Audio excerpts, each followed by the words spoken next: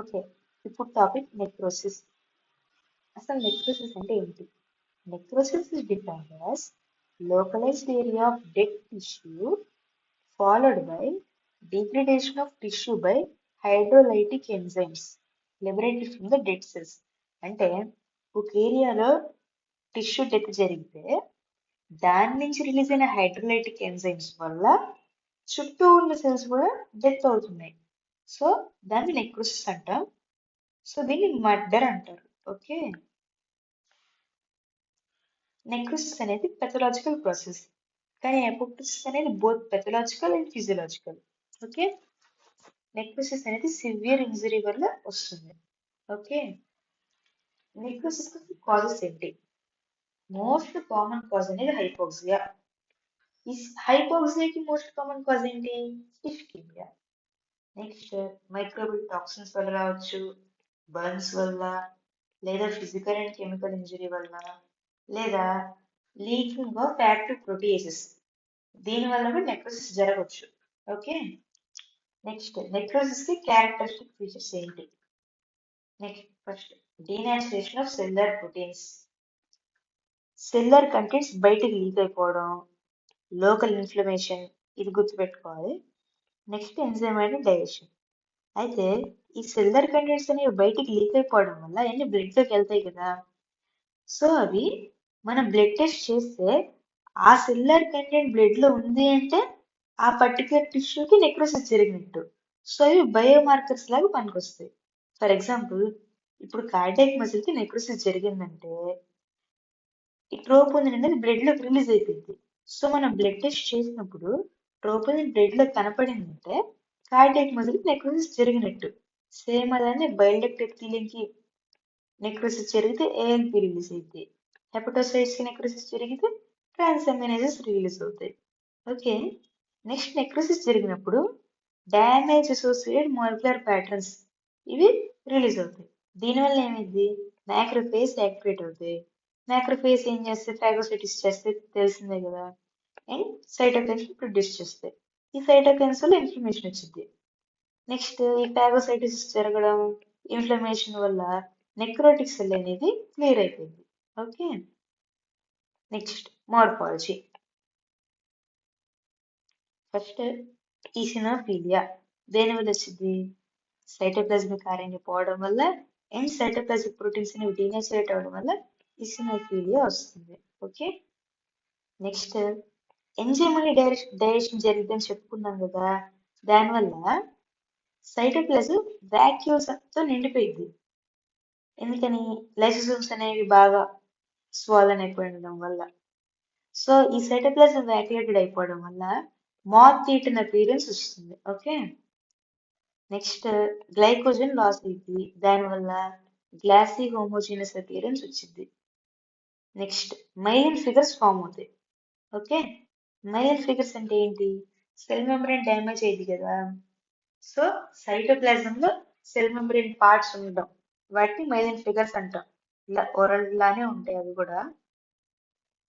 అయితే ఇవి అయితే ఫాగోసైటోసిస్ అయిపోతే, లేదా ఇప్పుడు సెల్ మెంబ్రేన్ నుంచి వచ్చిందని చెప్పాను కదా. సో వాటి దేంతో మేడ్ అవుతాయి? ఫాస్ఫోలిపిడ్సే కదా. సో ఆ మైలిన్ ఫిగర్స్ అనేవి ఫ్యాటీ యాసిడ్స్ లో బ్రేక్ డౌన్ అవ్వచ్చు. సో ఫ్యాటీ యాసిడ్స్ లో బ్రేక్ డౌన్ అయ్యాక క్యాల్సిఫికేషన్ జరగవచ్చు. ఇది ఫేట్ అన్నట్టుగా. నెక్స్ట్ చెప్పాను discontinuous plasma membrane and organelles ఉండే మెంబ్రేన్ డిస్కంటిన్యూస్ గానే ఉంటుంది. ఓకే. నెక్స్ట్ మైటోకాండ్రియా అనేది డైలేట్ అయిపోయింది. ఎందుకని? మైటోకాండ్రియాలో లార్జ్ అమోర్ఫస్ డెన్సిటీస్ అనేవి ఫామ్ అవుతాయి దానివల్ల. నెక్స్ట్ న్యూక్లియస్ లో 3 చేంజెస్ మెయిన్ గా, ఇది చాలా ఇంపార్టెంట్. ఏంటంటే పిక్నోసిస్ అంటే న్యూక్లియస్ సైజ్ తగ్గిపోవడం.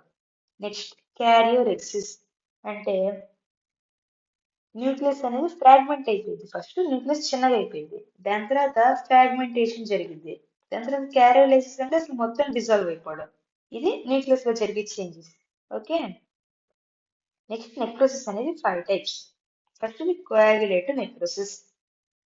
ఇదేంటంటే అసలు ఇందులో ఏమైతుందంటే అవుట్లైన్ ఆఫ్ సెల్ అనేది అంతే ఉంటుంది, ఏం మారదు, కానీ సెల్యులర్ లో అండ్ న్యూక్లియర్ డీటెయిల్స్ పోతాయి.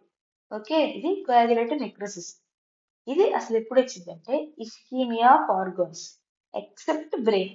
బ్రెయిన్ లో ఇస్కీమియా వస్తే లిక్విఫైడ్ నెక్రోసిస్. బ్రెయిన్ తప్ప వేరే ఏ ఆర్గాన్ లో ఇస్కీమియా వచ్చినా సరే coagulative necrosis. Next mild burns లో కూడా కోయాగులేటివ్ నెక్రోసిస్ జరిగింది.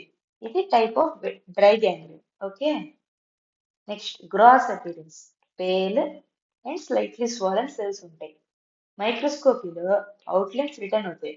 సో దానివల్ల అది ఏ సెల్ అనేది మనం చెప్పగలం, కానీ సైటోప్లాస్మిక్ న్యూక్లియర్ డీటెయిల్స్ అనేవి పోతాయి. ఇది coagulative necrosis. Next liquefactive necrosis. ఇదేంటంటే ఎంజైమాటిక్ డైజెషన్ వల్ల విస్కస్ లిక్విడ్ ఫామ్ అయింది. సో అందుకే దీన్ని లిక్విఫాక్టివ్ నెక్రోసిస్ అంటారు. ఇందులో ఆర్టిఫిషియల్ డీటెయిల్స్ కూడా పోతాయి అలాంగ్ విత్ టిష్యూ. ఓకే, దేనివల్ల వచ్చింది? ఫంగల్ ఇన్ఫెక్షన్ రావచ్చు. ఇది ఒక type of wet gangrene. Next axis వల్ల రావచ్చు. నెక్స్ట్ బ్రెయిన్ లో ఇస్కీమియా వచ్చినా సరే లిక్విఫాక్టివ్ నెక్రోసిస్. ఇది ఇంపార్టెంట్. నెక్స్ట్ గ్రాస్ అపీరెన్స్ ఎలా ఉంటుంది? Liquefied centre containing necrotic debris with cyst wall. Okay, microscopy ఇప్పుడు చెప్పుకున్నాగా నెక్రోటిక్ డెబ్రిస్ ఉంటుంది. So tissue debris, necrotic neutrophils ఉంటాయి. ఇప్పుడు ఒకవేళ ఇక్కడ ఫంగల్ ఇన్ఫెక్షన్స్ కూడా చెప్పుకున్నాం కాబట్టి ఒకవేళ అలా బ్యాక్టీరియల్ ఇన్ఫెక్షన్ వల్ల వస్తే బ్యాక్టీరియా కూడా ఉండొచ్చు. ఓకే, సిస్ట్ వాల్ ఉండిద్ది. దేని వల్ల ఫామ్ అయింది? ప్రొలిఫరేటింగ్ క్యాపిలరీస్, ఇన్ఫ్లమేటరీ సెల్స్ వల్ల సిస్ట్ వాల్ ఫామ్ అయింది. Okay, next caseous necrosis. Caseous అంటే చీజ్ లైక్. ఇందులో గ్రాన్యులోమా ఉండిద్ది. ఇది ఇంపార్టెంట్. ఇదేంటంటే granular debris enclosed with distinctive collection of macrophages and epithelial cells. Epithelial cells అంటే modified macrophages. ఓకే, causes of caseous necrosis ఏంటి? TB and syphilis. Okay, ఇప్పుడు patient టీబీతో వచ్చాడు, నెక్రోసిస్ జరిగింది అంటే అది caseous necrosis. Okay, gross appearance soft granular yellowish appearance ఉంటుంది. సో చీజ్ లైక్ అది.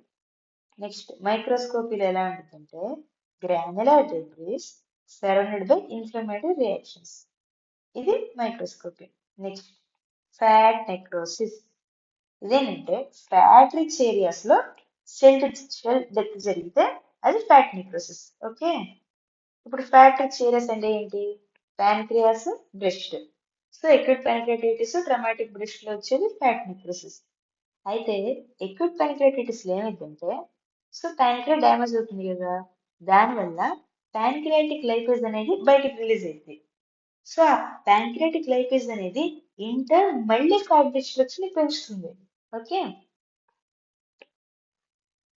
నెక్స్ట్ ట్రమాటిక్ బ్రెస్ట్ అంటే for example road traffic accident లో స్టీరింగ్ వీల్ గట్టిగా గుద్దుకుంటే అప్పుడు బ్రెస్ట్ ట్రామా జరిగినట్టే కదా.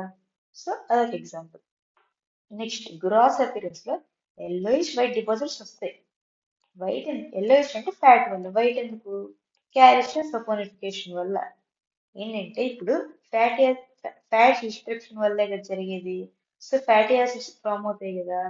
ఈ ఫ్యాటీ యాసిడ్స్ అనేవి calcium salts forms, calcium saponification జరిగింది. దానివల్ల చాకీ వైట్ అపీరెన్స్ వచ్చింది. ఓకే, నెక్స్ట్ మైక్రోస్కోప్ ఎలా ఉంటుందంటే ఈ ఫ్యాట్ సెల్స్ నెక్రోసిస్ జరగడం వల్ల క్లౌడీ అపీరెన్స్ ఉంటుంది. ఇది surrounded by inflammatory reactions. Next fibrinoid necrosis. ఇదేంటంటే వెజల్ వాల్ లో ఫైబ్రిన్ లైక్ మెటీరియల్ డిపాజిట్ అయింది. ఎందుకని? ఇమ్యునలాజికల్ రియాక్షన్స్ వల్ల